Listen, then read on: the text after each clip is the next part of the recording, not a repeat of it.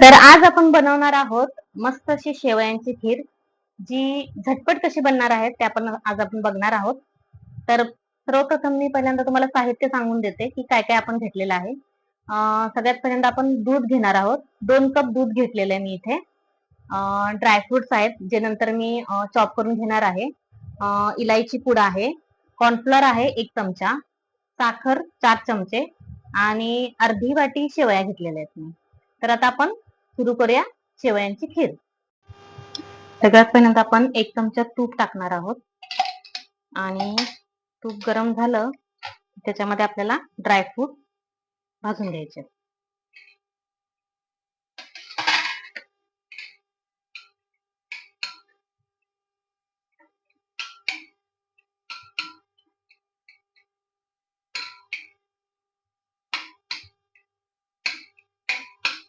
Dry fruit चांगले golden brown झाले की मग ते आपण काढून घेणार आहोत.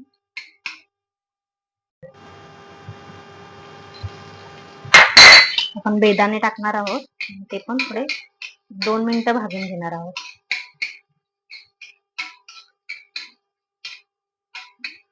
बेदाण्यांना अगदी 2च मिनिटं भाजून घ्यायचंय आणि मग लगेचच मी त्यांना काढून घेणार आहे. आता मी शेवया टाकणार आहे.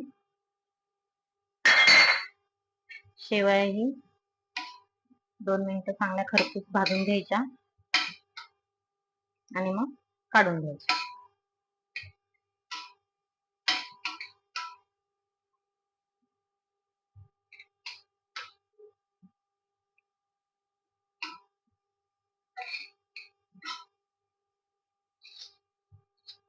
चांगल्या भाजून झाल्यात, मी आता काढून घेते.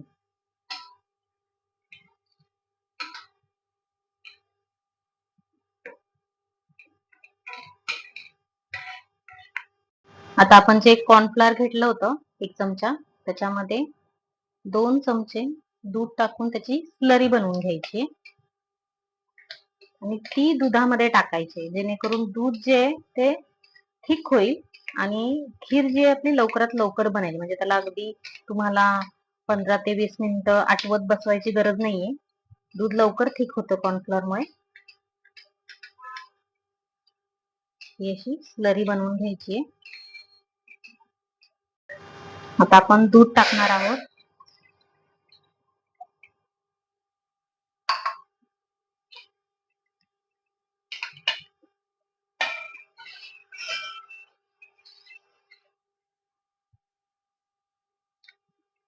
दूध थोडं गरम होऊ देऊया.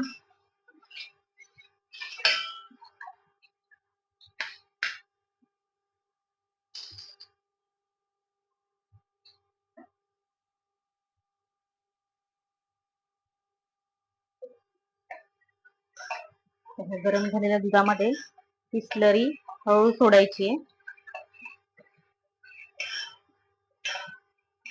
आणि याला असं सतत ढवळत राहायचं.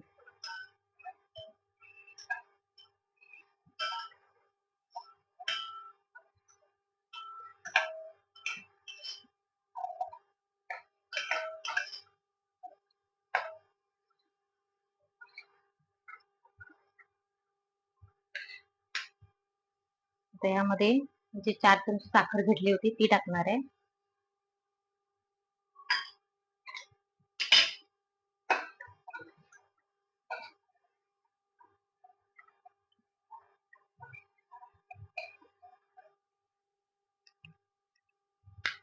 आणि आता आपण हे राहिलेलं साहित्य टाकूया. त्याच्या आपण भाजलेल्या शेवया होत्या त्या टाकणार आहोत. शेवया आणि हे ड्रायफ्रूट हे सगळं टाकायचंय.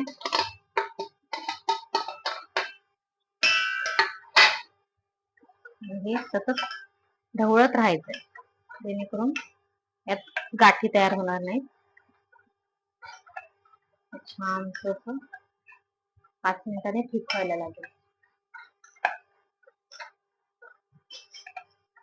तर शेवया, ड्रायफ्रुट्स वगैरे जे पण आपण आता जिन्नस टाकलेले आहेत ते चांगले शिजू द्यायचे. अगदी 5च मिनिटात ही खीर तयार होते, कारण आपण याच्यामध्ये कॉर्नफ्लोअरची स्लरी टाकलेली आहे. त्यामुळे अगदी ती 5 मिनिटातच घट्ट होईल आणि अगदी खीर तयार होईल लवकरात लवकर.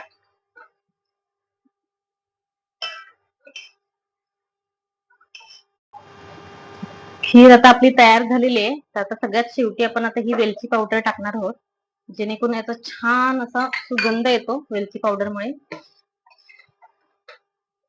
हे बघा किती छान अशी घट्ट तयार झालेली आहे आपली खीर.